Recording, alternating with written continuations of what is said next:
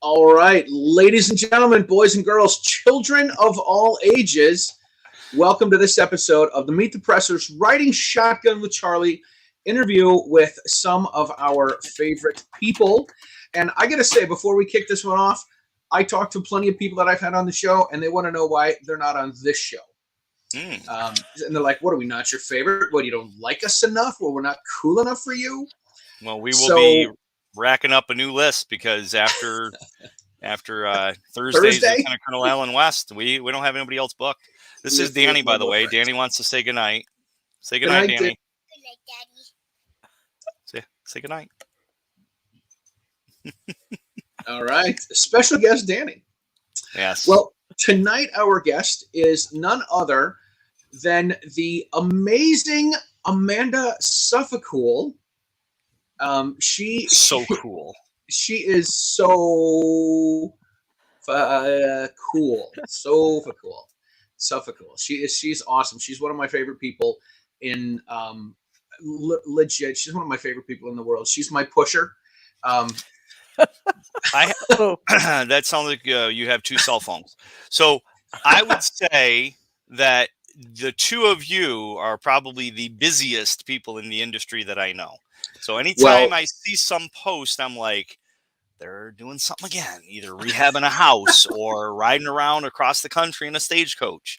I'm like, I just wish I could be as busy and as you guys. What am I trying to do? I am just trying to world domination. All I'm trying to do is keep up, ladies and gentlemen. We just tell him to keep up. Come on, keep up. Totally. So I'm so glad to have Amanda on here. We're going to talk all things Amanda Suffecool, DCProject, Eye on the Target, NRA Concealed Carry Fashion Show, rehab houses, patents, movie star. Gosh, what else do we have here? Motorcycle riding, soon to be retired. God, what else? She's known throughout the country and the world from stage and screen. Okay, well, screen, little screen like TV, and movies, a big screen too. It is Amanda Suffecool. How are you, Amanda? I am good. Thanks. You guys make me seem a little more important than maybe I really am. Honestly, that's why I like going on other shows, because when they read my resume, I'm like, who are they talking about? Right? Isn't that how it is? I look really good on paper. When I first presented, I just got on Facebook a message that popped up about presenting at shows and stuff. So 4 years ago was my first time I actually taught at the USCC Expo, and they asked me for like my bio, and I was like, sure. And I sent them my resume. They're like, no, like your elevator speech. I'm like, yeah. And then they created one for me. I'm like, that's me, really? There you go. No, Right. I just need. Where's John messaging from? The other room? So I am at my summer. I call this now my summer home. My summer home on the Jersey Shore at Shea Petrolino. I want to know though, are those black underpants that are hanging on the wall? I said the exact same thing when we came on. I'm like, whoa, no, it's a. There is a story. Let me grab it. There's always a story. There's whenever Charlie Cook's involved, there's a story. There's always underwear involved. John Petrolino. John Petrolino started to call. Someone actually called John Green from the Gun Owners Action League in Massachusetts. Called John the Pen Patriot, and he's like, "Dude, what do you think about this? Should I go with this? Should I not?" I said, "Go with it, man." That's a really good Petrolino imitation too. I said, "You should go with it, man. You should go with it." So I found him a tri-cornered hat, and his birthday was in December, and in January they were doing a birthday celebration for him. So his wife said, "Look, can you come down? We're gonna do this thing. Could you show up?" And I'm like, "Yes, I will. I'll get him. I'll get him this hat. It'll come in for his birthday." And like it was like one of those medieval nights dinner thing shows that we were going to, and I pulled in before they did, and I saw them pull in, and I'm like, did he see me? Because I saw him, and when do I get out of the car? And right? So I see them get out of the car. I get out of the car. They're still on the other side of the car. I walk around, I see his wife, and she's like, and I walk around, and he's like, Charlie, what are you doing here? And I'm like, nothing. What are you doing here? And so he opened this up, and I'm like, this is your birthday gift since you are the Penn Patriot. And he hung it on the wall. And the first time I saw it on, saw a show with him with this on the background, I'm like, oh my God, dude, it totally looks like a pair of underwear. And this is what Matt said when I logged in. For sure. Exactly. I'm like, why is there underwear hanging on the wall? Now, fun fact here, as we're saying this, I'm thinking to myself, if those are actually underwear, then they are starched beyond belief, because I don't think underwear would be hanging like that unless they got a real problem. I think he needs a feather. This is true. I would think that would, yeah. Then again, they might be, underwear with a little pizzazz. Ron, the little pizzazz. Ron says he thinks the same exact thing about the underwear. So they Yeah, I'm with you. Nice. So yeah, so I'm here. I'm here and at Casa Petrolino. Actually, we went out today. We were on assignment, and we actually took a shotgun lesson with Ann Morrow, who is a collegiate shotgun coach. Well, I think John hit more clays than I did, and Ann hit more clays than both of us together. So wow, that's how that went. Wow. Did you learn anything? That's good. You don't want to learn from somebody who shoots badly. That's a good point. True. They don't want to learn from me. Even though I do the Utah classes, they don't want to learn from me. Got it. Anyway, we're not talking about me. We're talking about Amanda Suffecool. So that being said, yeah, Amanda, how did you and Charlie ever get hooked up? Because every time I hear something going on, Charlie is there, and I ask him, and he goes, "Well, it was Amanda. Like Amanda hooked me up. Amanda gave me the nod." I was like, I'm not sure. I'm not sure he's not a stalker, but he laughs, so it's not like he's a scary one. No, right. The real funny part was that Charlie was on. In 2010, I started to do a radio show that was on terrestrial radio. Mm-hmm. And it was Rob and I, and we were doing it in the Cleveland, Akron, Ohio area, and it was a question and answer show. And so people would call in and they'd ask questions and we'd answer it. Well, after a while, I mean, some of the people, their questions were really good, and some of the people were it was the same people calling over and over and over again just to hear themselves on the radio. It was like, get over it, dude. Yeah. So we then started to reach out and expand kind of our shtick a little bit. And so we were trying to talk about gun laws in different states. And so I'd put it out there that I wanted to interview people to talk about different states. Mm-hmm. So I interviewed Charlie, and he was a pretty good interview, right?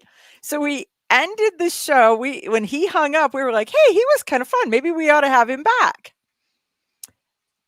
Charlie, you want to finish that part of it? Yeah, and they never called. They never called. I probably forgot him. Right. That's he was so good. We're gonna call. We're gonna say we're calling him back. We're never calling him back. So it was a while later. I was at Gun Rights Policy Conference in Tampa, and Charlie was trying to talk. I was standing there talking to Cheryl Todd from Gun Freedom Radio. And Charlie was trying to get Cheryl Todd from Gun Freedom Radio. Exactly. So Charlie was trying to get her attention, and when he did, then he realized that maybe he knows me, and so he introduced himself to me, and I'm like, nothing. Nothing. Like, I was on your show. You were? That's you got it. Exactly. That was exactly. I've had that happen sometimes. I'm like, have you been on our show? And I feel so bad because it's like you have so many people on. Sometimes you have so many people on, and at the same time you then watch so many other people's shows that it's like, okay, you've been. Was it on my show? Was it on their show? Was it? I don't know. I don't know. So anyhow. That was how I re-met Charlie, and it's been a story ever since, I guess. It's been great. It's been great. I have complete faith in Amanda, and as much as she's my conscience, I wish when she told me to do things, I wish I actually got that stuff done. But anytime that Amanda says, "Hey, you're going to be here, and let's do this," I'm like, "All right, so let me see if I can make that happen." So I felt like that today. We got like a foot of snow last night, Mm-hmm. and it was wet snow. So like 3 trees came down in the yard. So I'm thinking, okay, I got to go out and chainsaw trees. I got to put the plow back on the truck or the tractor, plow the driveway. And I said, let me see if I can get out it. So I hopped in my all-wheel drive CRV, drove to the road, turned around, drove back. I said, I ain't plowing. It's going to melt tomorrow. So we got guests in our guest house in our lodge. And I was just like, hey, you guys got all-wheel drive. You'll be fine. Just follow my tracks. You're good. Yeah. I'm not putting the plow back on for one day. It's supposed to be 47 tomorrow. I'm like, right. It's supposed insane. to be 80 on Saturday. So we'll see what happens. We're going to have 70s on Saturday. Did you guys get, how's the weather where you guys are at? Did you get snow at all? We get the big, wet, gooey, took out the power snow. Yeah. Oh, it took out the power. Jeez. Oof. Yeah. Yep. Yeah. We just, Charlie Chambers, who Charlie Chambers, who chimes into every show, wants to know, where's Matt living? see, Charlie, if I tell you, I got to kill you. I'm sorry. No. We'll just say that Matt lives somewhere between Amanda and Charlie. Charlie. That's So fair. the weather path goes from my Yeah. house to Matt's house to Charlie's house. Boom. Right. Upstate New York. How's that? Behind enemy lines. Exactly. Occupied Man, territory. For you sure. are on the front line. We'll just say, yeah. Definitely. So as I was driving back down the driveway today, I looked up at our guest house and I'm putting live edge siding on the front of it, and part of the siding had blown up that I haven't finished taking off, and some of the Tyvek was flapping in the wind, and I'm thinking, I just had this flashback to like all the pictures you posted, the rehabs you do, Amanda. And I'm thinking, I wonder if Amanda has wind problems like this. Amanda has siding 3/4 of the way up the house, and I can't reach the top part of the house. And so I need to get a lift bucket. Yep. And so I have to wait till the weather breaks and then get the lift bucket. So, yeah. So Amanda is right now, I'm learning new skills. Nice. So we'll just say the good news is that when you're working on a house that is not the house you live in, decisions are so much easier because it's like, yeah, that'll work or that'll work or that'll work. You know, Yeah, they're all 'cause- traditional. Something will fit in there. Right. And so now I'm teaching myself how to drywall. Nice. So I put up the drywall and now I'm learning how to do the mud. And Very cool. so I've got YouTube videos to watch so that I can Right. get the hang of it. Isn't that awesome? Like we're doing live edge siding, and I'm thinking, I don't know crap about siding and putting it on. I could take it off really well. You know, hammer, I'm good. Circular saw, yeah, no problem. But putting it on, I'm thinking, and I'm going from, you know, the vinyl siding to live edge Adirondack siding is what Right. we're putting on the front of the lodge. But same thing. It's like YouTube. Imagine that, like 10, 15 years ago. Right.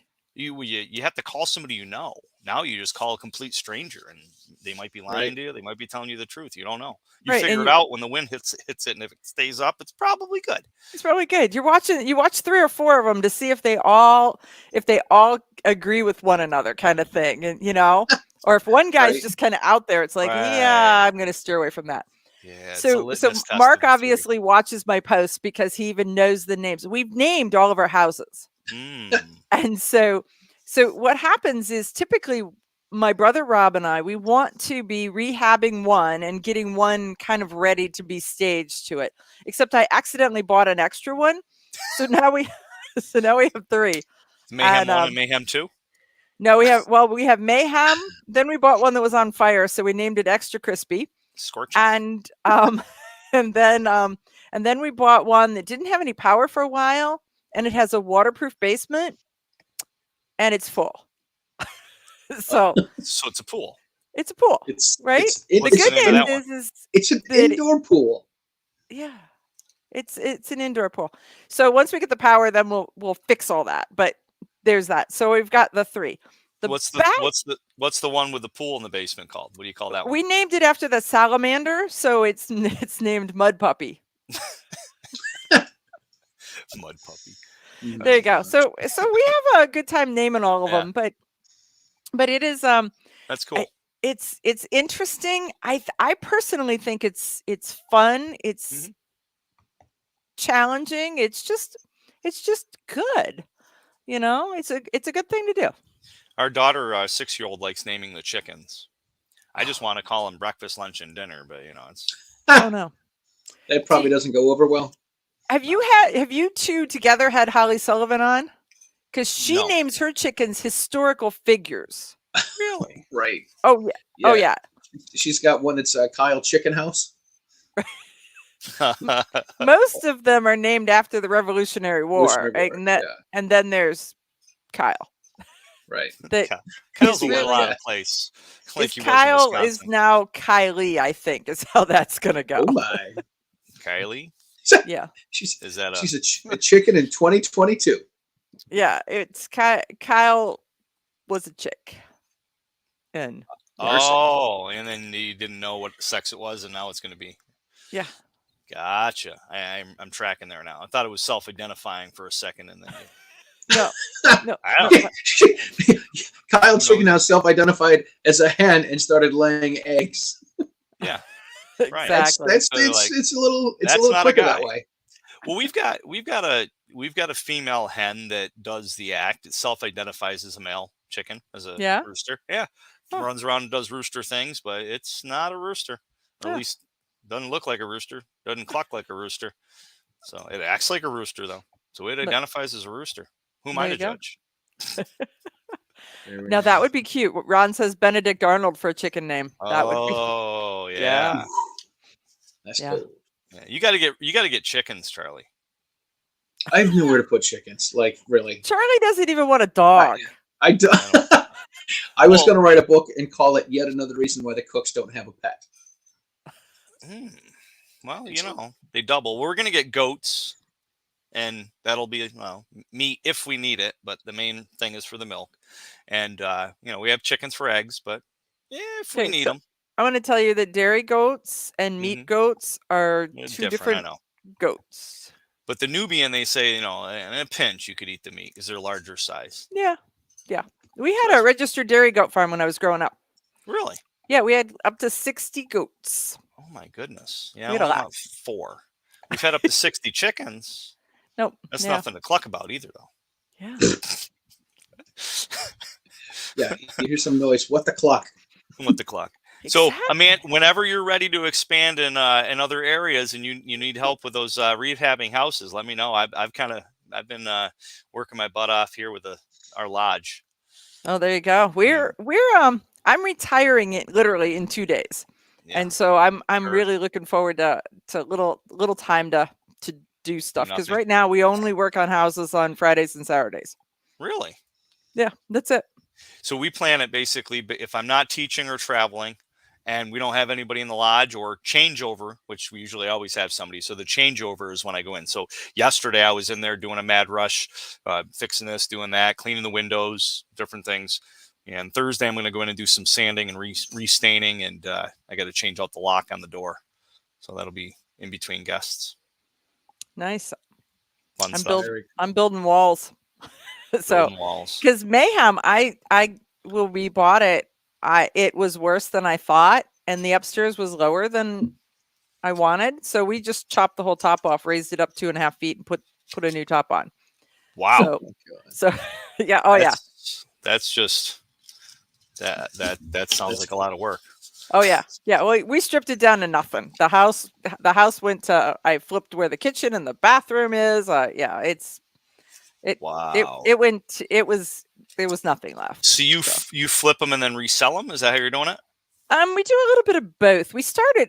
Rob and I started doing this because we have a couple of vets in our family that some vets come home and they're just fine, and some come home and they make one stupid decision after another, and and sometimes they need a hand up. And so we took one that needed some help, and so we found a house that he could afford, and then we fixed it so that he could live in it because it was not livable based on what he could afford.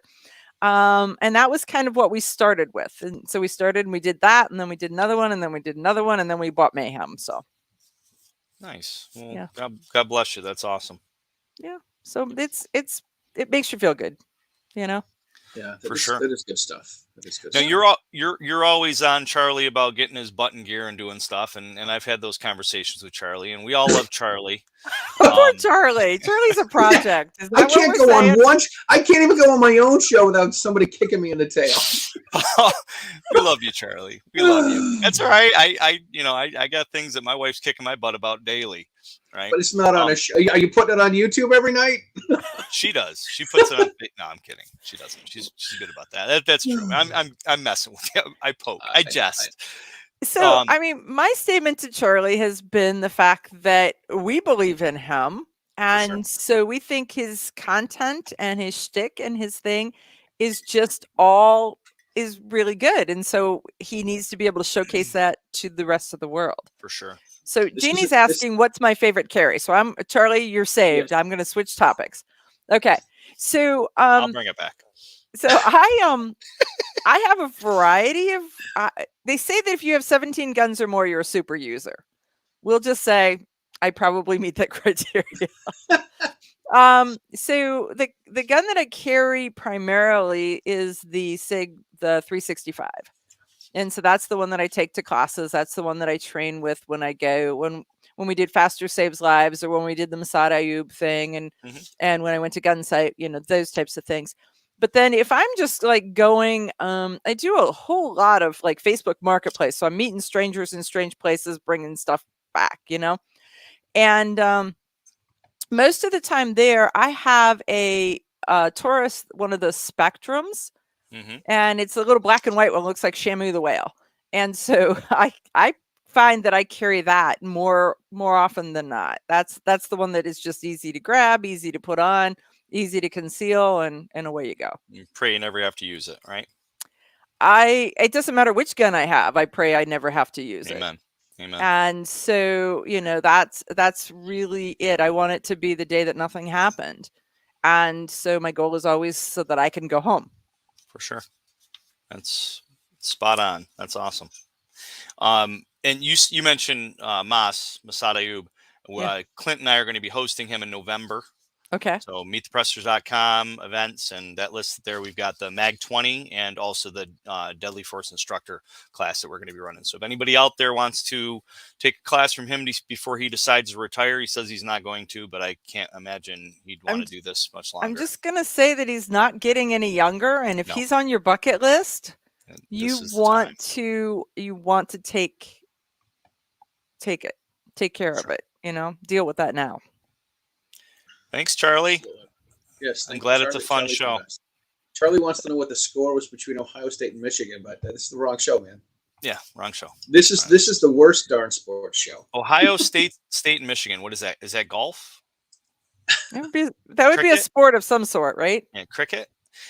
So back to my point earlier, in that you have patents, and not just in the United States, but in Russia. Well, yeah. Do we say Russia? Do we say China? China. Do we say Russia? Right. A little bit of that. It's Russia. Okay, so it's China and Russia. Got it. China. Got it. No, yeah, I do. I spent some time. I'm an engineer, and so I spent some time doing some stuff with catalytic converters, and so we were doing cogeneration power plants, catalytic converters for the weirdest things, not just for your car or your bus or your truck or your wood burner, but we built them for industrial applications, apple barns, for Carl's Jr.'s hamburger stations, so that the neighbors didn't smell the hamburgers. What? And then we were doing some stuff with hydrogen generation and heat transfer. And so I just ended up doing a little something. And the next thing you know, I've got a patent, and it's filed in the United States. And then because it was filed in the United States, and this is a worldwide kind of thing, we've also filed it in Russia. So I've got that same patent filed in 2 countries. That's cool. Kind of cool. That is awesome. So you said catalytic converters. Is that palladium or plutonium, or what's in that? That's palladium. Yeah, palladium, rhodium, platinum. Those are the 3 precious metals. Yeah. Yep. These are the things people steal out of cars, aren't they? Right. Yeah, cutting them off. That's why they do. And so here's one of the things in a new car. The catalytic converter has twice as much precious metals as a replacement catalytic converter. Literally twice as much. Really? Mm-hmm. So, it used to be vehicles would have the lead weights on the tires, right? And now they don't do lead anymore. It's like a composite. I was going around stealing those lead weights so I could make lead bullets. Right. And people hated you for that, but okay. I'm kidding. I joke. I joke. So you could just say, instead of steal, you could say collect. Collect. Yeah, there you go. I was acquiring them. Acquiring them. They didn't need them. They weren't moving at the time. Right. All right. Let's talk about your TV and your movie career that some people may not know about. So, well, which part? The Vice, right? The Vice documentary where we had them follow me around for a month to do a documentary about the concealed carry fashion show. I was an extra in the Matthew McConaughey movie White Boy Rick, and so there was a little bit of that, and just isn't everybody? Just isn't everybody? No, well, you've been in movies. You've been in movies. Home movies. No. Oh, Charlie. No. Take your panties off the wall. Stop it. I did a movie a couple summers ago with a friend of mine. It's this thing called the 48-hour film festival. And you have 48 hours to write a movie, do the script, film it, edit it, and submit it. And wow. Yeah. She likes the horror genre, so she ended up making a horror movie. And I was supposed to be a guy who was killed his wife. And the funny thing is, the girl that was supposed to be my wife, she looked at me at one point and she's like, "You really look like you're going to kill me. Like, you've got some mean look in your eye." And I'm like, "That's acting." I am divorced. So I've never killed anyone, but I know what it's like to want to kill someone. So yeah, that's my acting career. There you go. Cool. Yeah, I was an extra in 2 movies back in the 90s. That's all I got. So, what 2 movies? Yeah. So it was December, the bombing of Pearl Harbor with Will Wheaton and Beth Sargetti, and that was filmed at Wells College, New York, and it was about the bombing of Pearl Harbor. It's called December 21 or something like that. Huh? 7th was the day. December 7th, maybe. Yeah. So the 21st, 20th, whatever it takes. Whatever. And then the other one was called it was a rugby movie they filmed somewhere in upstate New York. I was on leave from the Army and came home to visit relatives, saw it in the paper, said, what the hell? So I went and did it. It was I can't remember. It's on IMDb. I got credit on IMDb for it when we started the Meet the Pressers. There you go. Cool. The funny part is that if you ever want to do it, go ahead and do it. Do it once, because I think that once you see how a movie is made, it's kind of like once you see how the sausage is made, you'll never watch a movie the same way again.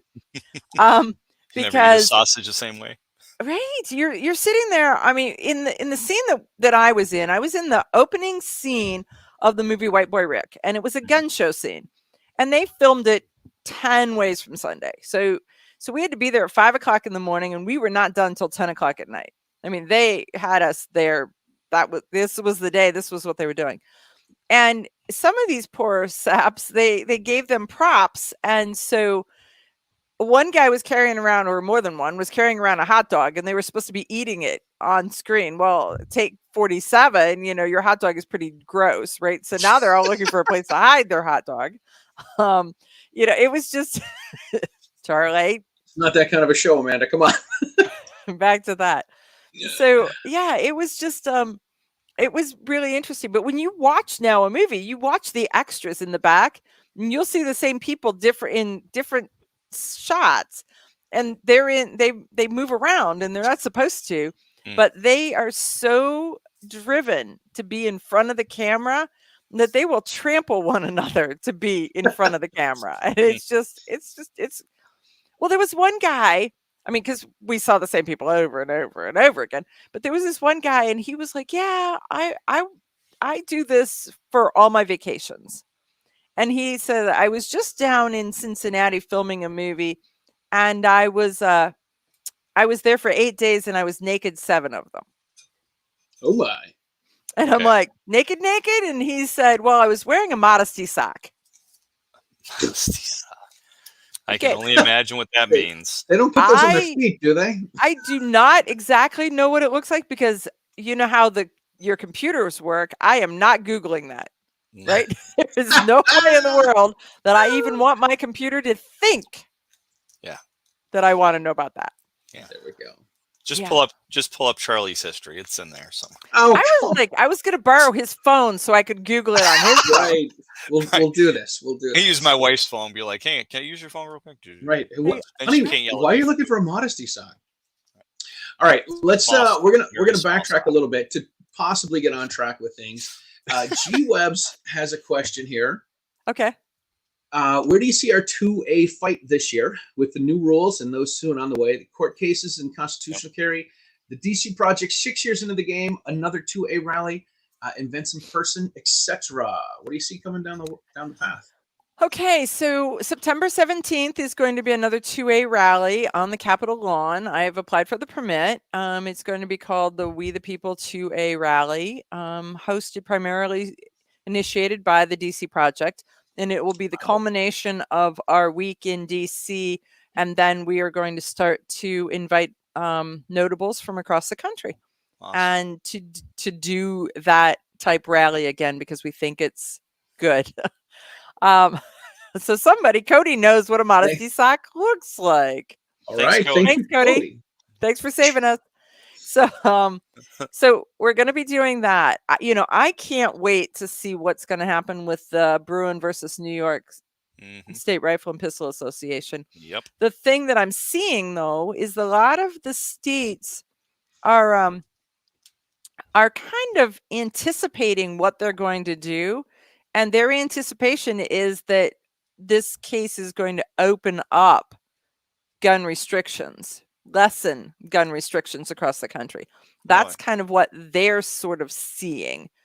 And so that's what they're anticipating. And so I'm sincerely hoping that they are absolutely correct with that. So what do you guys think about that? We were talking today with John and Ann Morrow, and I said I think we need to stop calling it the Bruin case. We need to call it the NYSERPA case because it makes it seem like Bruin's the guy that we're rooting for. Right. Mm-hmm. That's a good point. Yeah, that's what I think. The 8 states, 2 of us live in occupied territory. 2 of us here live in occupied territory. I think our states are going to make it. They're going to say, okay, well, if it's going to be shall issue, then we're going to put more restrictions, and we're going to put more training requirements, and make it longer, and make it more difficult, and make it cost more. And I think that's kind of what they're going to do. And I tend to agree with you there, Charlie, because a good example in New York State is when they had the last case bringing up against proper cause being able to carry outside of New York City. All New York did is just change the law a little bit, and then the Supreme Court said, well, it's moot. It's a moot case. So they just dismissed it. They didn't rule on it. And I kind of err on the side that it'll be like Chicago, Illinois, when Illinois used to be a black state years ago, and then they were forced to change, and they changed, but now they have 16 hours of training and hundreds of dollars in costs. And I think that that's what the states would do, to go back to the people and say, well, sue us. Well, this is what you get. And they'll do whatever they can within that purview, within that window of what the Supreme Court said they could or couldn't do, to make sure that they don't, they're in compliance with the Supreme Court, but still making it harder. And of course, they're going to look at other states like Illinois and say, well, what did they do to get around it? What did they do to make it harder to be able to have people get their pistol license? Well, I think the political climate's going to change things a little bit, and I think that the next election's going to sweep a little bit on the, well, more than a little bit on the red side. I agree. And and when you take that, and then you take the constitutional carry that's now in 25 states, and you start to look at things, I think that is going to drive.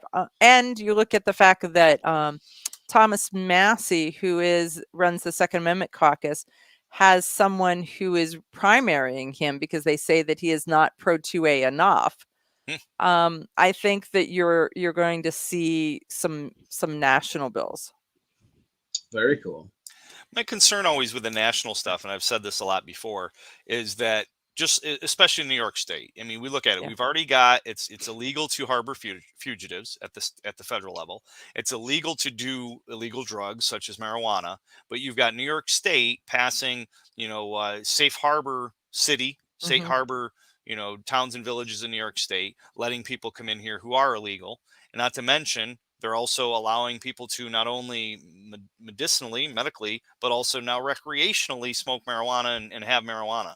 So what's to say that they're not just going to say, oh, you passed national reciprocity or this is the federal law? Well, yeah, that doesn't apply to us. We're New York. And let somebody sue us. Let somebody, let it go to the Supreme Court and we'll write our chips. Yeah, and it may, because it really is. When you sit and you look at it that way, there is going to be a battle somewhere on states' rights. And is that battle going to be on abortion? Is it going to be on marijuana? Is it going to be on guns? Is it going to be on, the police and that type of a thing? So there's probably right now 4 or maybe 5 hot buttons that are pushing the whole states' rights thing. One of those is going to actually, buzz the buzzer, and it's going to happen. Yeah, and David makes a good point here as far as Biden wants to install federal agents to enforce gun control in constitutional carry states. I didn't catch that. That would be, that's an interesting thing. I think we're going to see more states. Should he do that? We're going to see more states that are, what is it?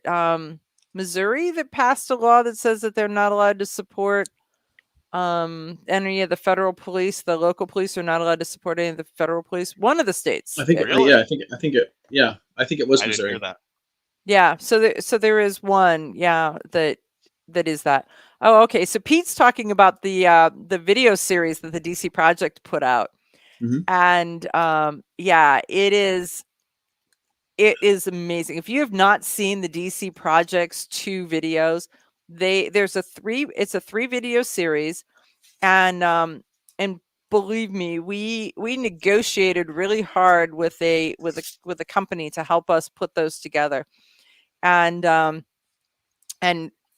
even with the negotiations, it took a seriously big chunk of our savings of the money that the not-for-profit was holding to do good works, and it did. I think they've done some amazing work with that. And the first one had Mary Fortas and Lucretia Hughes. The second one had Gabby Franco, Diana Muller, and Beth Walker. And the third one has Holly Sullivan, Robin Sandoval, and their daughters.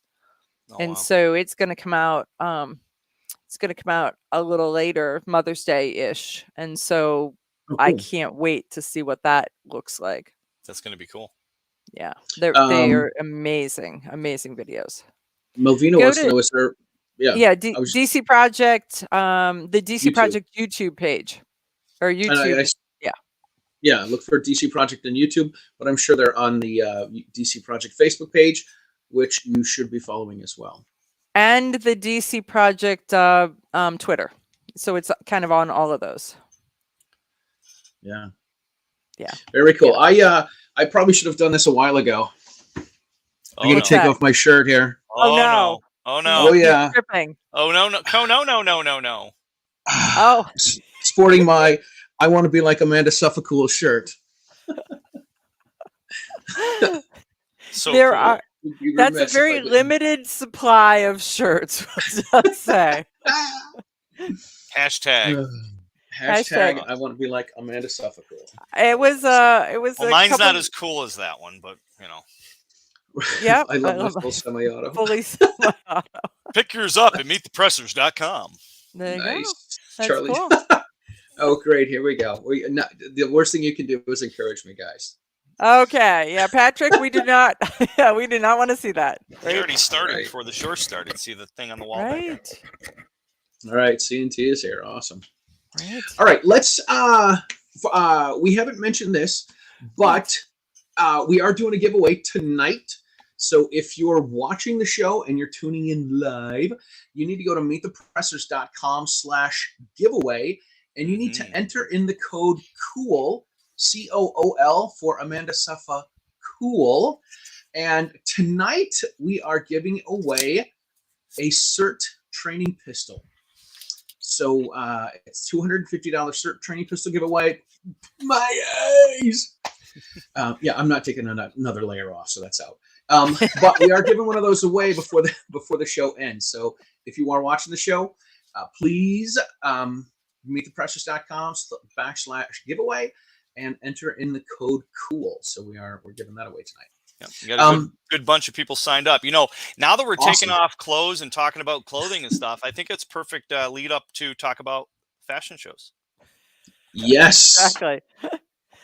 Yeah. So so I was working tonight on the Meet the Models portion of the fashion show. So we are doing a concealed carry fashion show at the NRA annual meeting in Houston on Saturday night at the Host Hotel. So we'll just say it's a big deal. That's kind of, it doesn't get much bigger than that. So there will be a stage, there will be press, there will be lights, there will be entertainment, and a concealed carry fashion show. So they are an amazing amount of fun. You know what's not going to be there? Matt Mallory. You're not going to be at NRA? How can that be? I booked a class, and then I was like, wait, I don't have the NRA show in my calendar yet. And I went and looked, and it was the same weekend as a class I'm doing in Chicago. So I reached out to the guy. I was like, hey, I just realized the NRA show. He says, please don't tell me you're going to reschedule. And I'm like, no, I committed. I'm going to do it. So okay, I will be at the USCCA Expo, though. Okay, well, I'm talking to them about doing a fashion show too, so we'll see. Nice. Ron wants to know if that is a Red Ryder, because he's got to get one of those shirts. It is. Yeah. It's a Daisy Red Ryder. Hey. You'll shoot your eye out. There you go. Nice. Don't shoot your eye out. So you want a little bit of trivia. If you look at the Steve Fiested's book, The Blue Book of Gun Values, in the very front is the list of people who give him guidance and advice. And one of my friends is because they actually have BB guns in there too, is the BB gun expert. Wow. Very, very cool. BB gun expert. Yeah. Because it's so many different variations and models and everything that Daisy made. Right. As they started, and the Daisy actually made a double-barreled shotgun. There's just all kinds of stuff. So, all right. So let's get to Pete's comment here from G Webs. Okay. In my opinion, the antis are mad. Mad Biden hasn't done more. More are pressuring him to push against us harder when they attack the pistol braces next. I think they will have pushed too far, or will gun owners just comply? My take with the bump stocks is similar. My take on it is it's an accessory, and when they go after one accessory, a bump stock or a pistol brace, the next thing they're going to go after is a scope. And where does it where does it end? Yeah, right. The reset triggers are after those as well. But Pete makes an assumption, and that is that everybody just did what they said and rolled over. So if you do the research to say how many fully automatic firearms are there in the United States that are not documented, they have a number and they have an expectation of what that number is, and it's a big number. So then when you add bump stocks and what they've done to it, it's going to be a big number. When you add these triggers, it's going to be a big number. So that everybody goes, yeah, no. So it's going to be an interesting thing. Charlie Chambers is asking, when is the date of the fashion show? That is the NRA weekend is Memorial Day weekend, so the fashion show is Saturday night. So I think that makes it the 28th of May. I think so. Is there a cost to get in? Yeah, the fashion show tickets are $25. Okay. Very Or minimal. be a model, or be a That's model, awesome. right? Or be a model. I have done acting and modeling in the past. If you ever need There you something. go. Oh my! Back to Yeah, the sun. So the 28th, so Saturday night will be the fashion show. Yes. Yeah. I love so that I you haven't- skipped right over that. So Yeah. yeah, I have not yet figured out what Yeah. you have to. One time, Charlie was modeling. I think this was Gun Rights Policy Conference. Uh-oh. When Charlie says that I get him in trouble, it's pretty much anything that I do now that if Charlie's going to be around, we rope him into being involved in it. good. Or if we're going somewhere, we're like, why don't you just come along? So It's only so it's only 3 short hours away. yeah, it's only something like that. It's an 8-hour drive, and then you can sleep. You'll be fine. So Right. whatever that is. So he was modeling at I think it was Dallas. And Dr. John Adine, we had him, Doctors for Responsible Gun Ownership. He was modeling. And then the next thing you know, people had dollars out. There was some like it was headed Bow, chicken, wow, wow. exactly. Right. Exactly. That seemed to be where that whole trend was going. And you didn't Yes, pick up a girlfriend What? from that, Charlie? Well, so what it was this. I was modeling an inside the waistband holster and an ankle holster. Mhm. And my first trip around, I showed off the inside the waistband holster. Second trip around, I showed off the ankle holster. And so I wanted to show people the ankle holster. So I went up to this table. I put my foot on a chair. I hiked up my pant leg. Some woman's husband took a dollar bill and stuffed it in the holster. Oh, that's funny. And now I am a paid model. I made $1. There you go. That is Yes. awesome.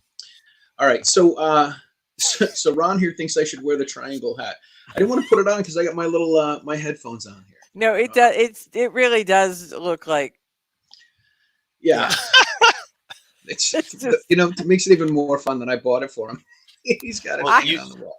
You put that hat on, and I'll put my family heirloom hat on. Oh, there we go. There you go. Look at that, What is- Mallory. Oh, look at Yeah. that, Mallory. Yeah. G Webs wants to know the overview of the fashion show history. Oh, Well, so it's great that we have Amanda on. She obviously can talk about it because she wrote the book. I did. I wrote the book on concealed carry fashion shows and how to do it. But Awesome. there were people that kind of have done them in a variety of places, but most of the fashion shows that I had heard about prior to, we started in 2014. Prior to that, we're all, we'll just, if you will, say beautiful people. And so they were all size zeros, and and the gun was as big as the person. It was like, okay, what's the purpose? And so one of the things that we've started to do when we started to do the show was we used gun owners, so people with gun handling skills. So we never had an issue with people sweeping the audience or flagging anybody or any of that kind of stuff. They understood how guns worked in a crowd and that. And we use people that were people sized. So to realize that the fashion, the concealed carry aspects of it are that we're a variety of different sizes. We're big, we're little, we're round, we're, and with women, they're shaped like apple shaped or pear shaped or, hourglass shaped. And so your gun doesn't fit the same if you're a different shape than somebody else. And so trying to find what suits me, what fits me, how do I conceal it, and how do I get to it? I tell people, and this is my sarcasm coming out. My husband loves me. We'll just say I've been married, not counting tomorrow, 35 years. But my husband decided at one point he wanted to have an ankle holster. And I was like, oh, fabulous. Is part of your defensive plan that when the bad guy knocks you down, now you're already down there so you can get the gun there? Because, there is that whole flexibility thing is just is not. So we've worked with a variety of different people on where do you carry and how do you carry, but it's all dependent on how do you dress and that. So the theme that we use for the fashion show is we show you what you can't see. And because so many new concealed carriers feel like they put on a gun and it's got a neon sign that's pointing to wherever that spot is. And so we wanted them to see that you can't see it. You don't notice that all of us have lumps and bumps and wrinkles and shapes and, that you don't, is it your knife? Is it your cell phone? Is it, what is it? I tell people, I've never been asked, but my prepared answer is, it's my colostomy bag, and I think it's leaking. That's just bad, Charlie. Right. Well, I mean, that's. Oh, in my class, nobody's going to ask more questions. Well, in my class with my students, I'll get halfway through the class and I'll be like, "Does anybody know where my gun is?" And they'll look around, they'll start guessing. I'm like, "Are you guessing or do you know? Did you see something? Did you see a bulge? Whatever." And then when they like no, then I'll show up appendix and I'll say the majority of the time people are carrying either appendix, right or left-handed, or strong side. But yeah, it's the tells when they're doing stuff like this and adjusting it and stuff like that. It kind of gives it away, and that's a new gun owner's faux pas, if you will. Yeah, that's a tell don't touch for it. sure.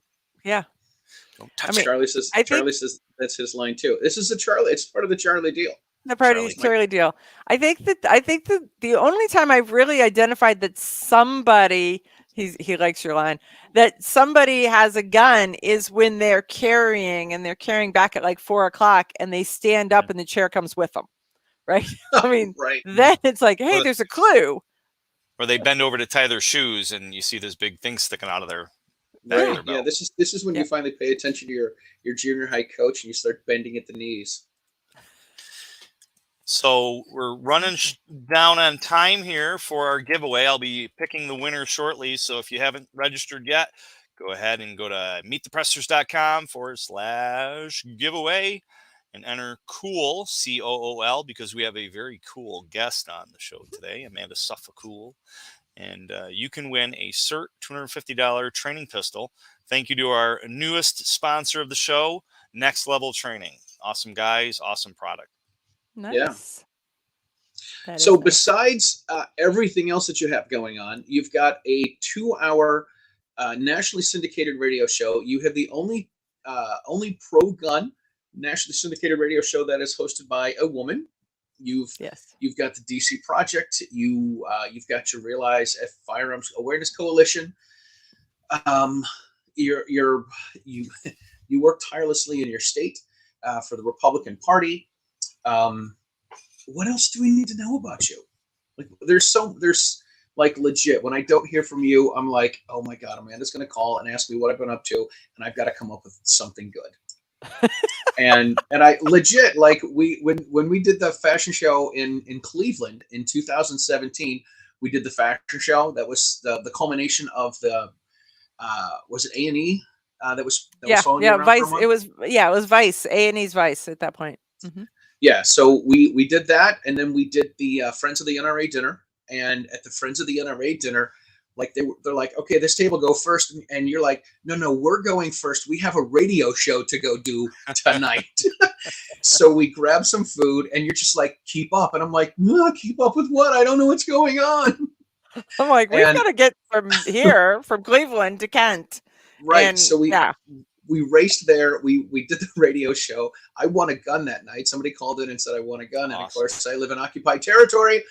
It's not on the approved weapons roster in my state. I couldn't win it. But hey, if that ever happens, I'll be glad to take that gun for you. You can come to my place and shoot it anytime you want. I will let you shoot it for free. Well, the Rob and Amanda ended up buying. Is cool. The code is cool. COOL. Yeah. So It's right on the screen, George. Yeah, so when Charlie won the gun, we were doing a thing called the Preppers Ball at that point because we were on local radio, and so I was like, okay, I'll just buy it from you, and you could pick something else that you can own in occupied territory, or I'll just write you a check, and you can take it home and buy something there. So when we went up to the gun shop to pick that up, then he had all this other stuff that was really good prices. So the next thing we know, we had Charlie's car. We filled Charlie's car clear full of guns, because the Preppers Ball had $10,000 worth of prizes, and I was in the buying mode. So it was like, okay, I'll take 4 of those rifles, and I'll take a couple of those, and I'll take 2 of those. And Wow. It was nuts. And give me a gold line Tommy gun while you're at it. right. No, yeah, no. It's a chrome That's a couple years tiger later. striped Oh, okay. Tommy Right. gun. Because Yeah. let's not be ridiculous. Right. George, just so everybody knows, George, I am waiting on you if you want to get in. I'm ready to pull the winner, or at least pull the list down so Amanda can pick a number.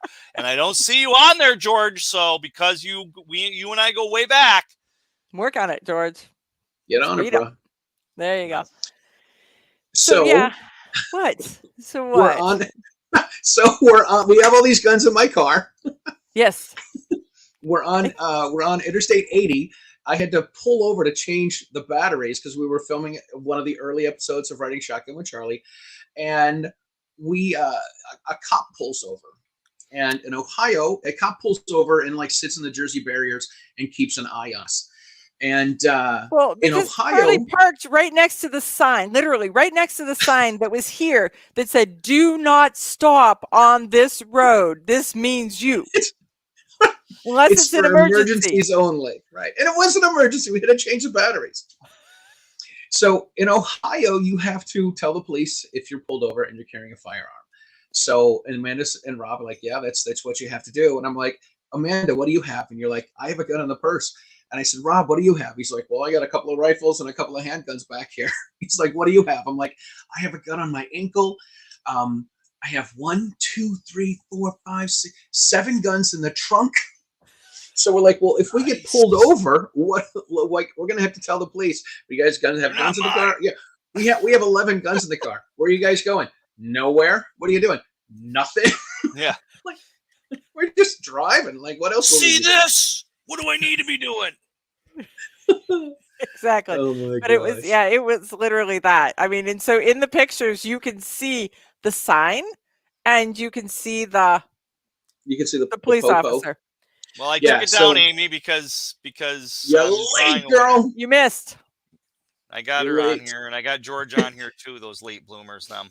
Ron says it's rolling a gunshot. It really was. It really was. It was. I'll Funny. tell you, when So- we did the Preppers Ball, that was fabulous because I got to buy $10,000 worth of things that I wanted to own, and then we'd give them away as prizes. So that was the whole criteria is, what do you pick? Oh, what would I like to have? Okay, we're going to have one of those.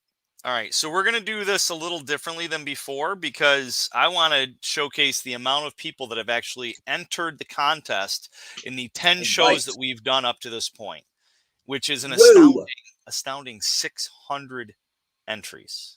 Wow. 600 entries. That is amazing. So, Amanda, if you could pick a number between 574 and 600, is that confusing or is that? Nope. Between 574 and 600. Yep. I'm going to go with number 574. Really? Patrick Yeah. Collins. Patrick Collins. We First all guy know and in. love Patrick. There you go. All right. Patrick Collins, you are a winner of a next level training SIRT training pistol, $250 value. I will get that off to our awesome sponsors, Next Level Training, and they will send that out to you, sir. Nice. All right. Yeah, Congrats, Patrick. All right. That's Well, awesome. we need to 600. 600. That is pretty cool, man. Yeah. We need to wrap things up here. We want to thank you guys all for tuning in and watching the show. Our next show is going to be this Thursday, and we are going to have, drum roll, please, Lieutenant Colonel Alan West. That is I amazing. messed that up. Lieutenant Colonel Alan West. I guess you said you wanted me to give you the drum roll, but I got excited. Yeah, I was gonna. Yeah, you guys. I say drum roll, praise. That's where you give me the drum roll, please. Wait, sorry, I botched that. That's okay. That's all right. We're highly He's trained the professionals. musical one. Why didn't he give the drum roll? I was Well, making the see? announcement. That's true. Yeah. He was. Oh, well. Anyway, That's gonna so be good. Lieutenant Colonel Alan West is going to be on this coming Thursday, 8 o'clock Eastern Time, on all of the outlets that you have here. The Matt Mallory, Meet the Pressers, Trigger Presser Union. Oh, what's your other one? PSN Ed. Everywhere. Well, let's see. We got viewers on Trigger Pressers Union Facebook page, Meet the Pressers Nice. Facebook page, PSNED Facebook page, my personal Facebook page, Meet the Pressers YouTube channel, and Riding Shotgun with Charlie YouTube channel.